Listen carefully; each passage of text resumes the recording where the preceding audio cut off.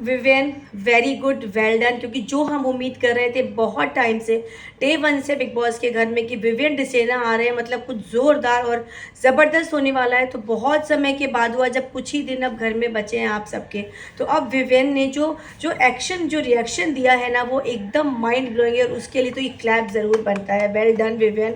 और एग्जैक्टली मैं बताती हूँ, क्योंकि हमने वो प्रोमोज देखे हैं जहाँ पर विवियन, रजत और अविनाश इन सबकी तूतू में हमें हो रही है, लेकिन हमने शब्दों पे ज़्यादा ध्यान नहीं दिया कि विवियन के शब्द क्योंकि बहुत मैटर करते हैं, क्योंकि विवियन बोलते हुए कम दिखाई देते थे, कॉफ़ी पीते हुए ज़्यादा, लेकिन अब विवियन ने एकदम बैंग ऑन बैक करा है। और उन्होंने क्या बोला था जब वो चुम के टाइम गॉड बनने की बात आई, और जब राशन अंदर गया और ईशा और अविनाश ने वहाँ से सारा राशन बटोर के, सारा तो नहीं बोलेंगे, जो जो उनको चाहिए था, हाँ सारा ने ज़रूर अपना थोड़ा थोड़ा राशन उठा करके अपने बेड पे रखा था, और वहीं पर अविनाश और ईशा भी कम नहीं थे खाने पीने में, वो भी उठा उठा के कुछ कुछ ला रहे थे। तो इस बात पे विवियन डिसेना को काफ़ी गुस्सा है, क्योंकि कहीं ना कहीं उनको लगा कि ये चीज़ें गलत हुई हैं।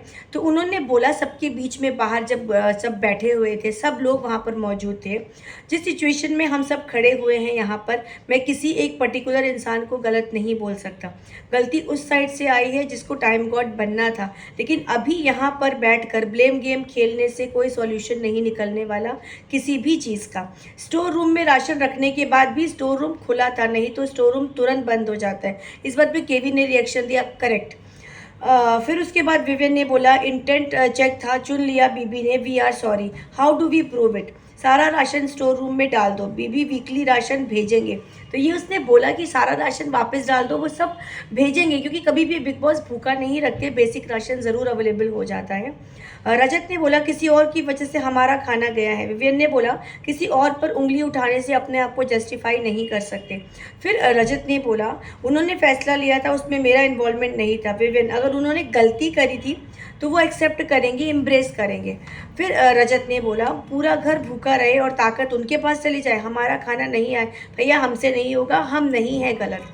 फिर अविनाश ने यहाँ पर बोला कि जब इतना झगड़ा चल रहा था तो बहुत बहुत ज़्यादा हीटेड आर्ग्यूमेंट शुरू हो गए बिटवीन रजत एंड विवियन। उसके बाद फिर वो अंदर गए, अविनाश और ईशा जब सब खड़े थे किचन के पास, तो अविनाश काफ़ी गुस्से में भरे थे और काफ़ी उन्होंने बैकलैश किया विवियन के ऊपर, और उन्होंने फाइनली अपना गुस्सा दिखाया जो बहुत दिन से उनके अंदर भरा पड़ा था।